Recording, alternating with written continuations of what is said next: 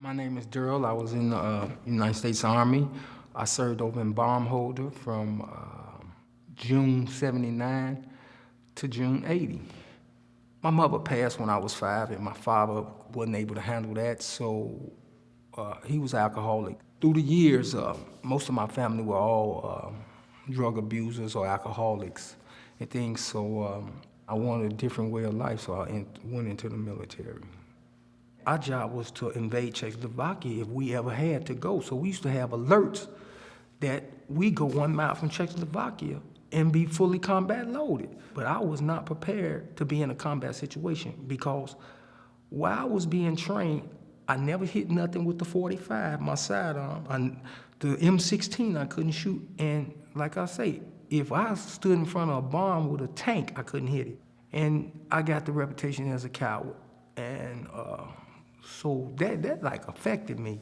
I just felt it ostracized. I felt that they were out to get me. I got fearful of my life. I actually started getting paranoid. I dealt with my issues with my staff sergeant, with my things through drugs and alcohol. My bipolar and obsessive compulsive had kicked in, and they wasn't examining that. They wasn't looking at that because I've already got a reputation as being a coward.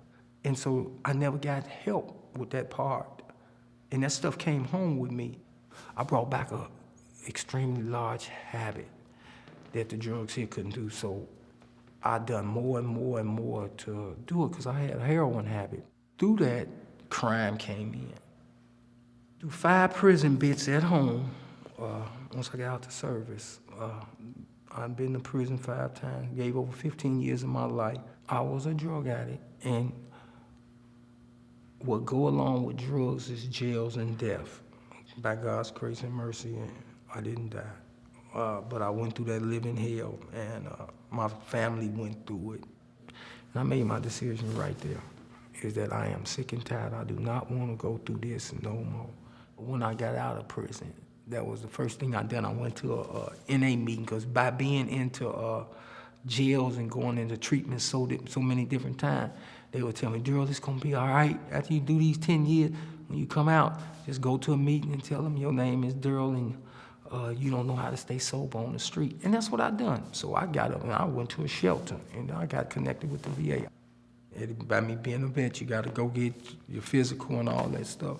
So I got into the addiction treatment program. And that's when I seen the psychiatrist.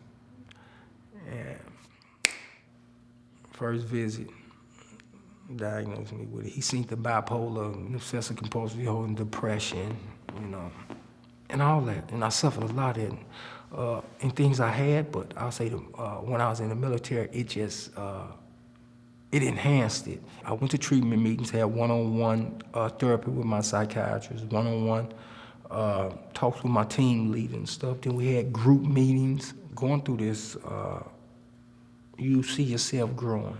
You ain't gonna grow like this, but it's gonna be step by step, inch by inch. When you feel like opening up, or when you feel like you have something, then you got so many different people that you can talk to, so many different specialists, not just me or some Joe. You got all these specialists that specializes in these fields. I eventually learned to just start sharing that stuff, because they want things. Pain shared is pain lessened. I'm still connected to the program. I'm still in there, and they supply that with you. Some going about their business, but I'm staying there because that's my support network, and it's there as long as you want the help. If you're a veteran, you coming home from the service, or you just a veteran just living on the street, you don't have to be. All you have to do is show up at the hospital and tell them you want to be assessed for a drug treatment program, and they'll take care of you from there. Because I know it's a lot of us out there that need it, and we don't have to be like that no more.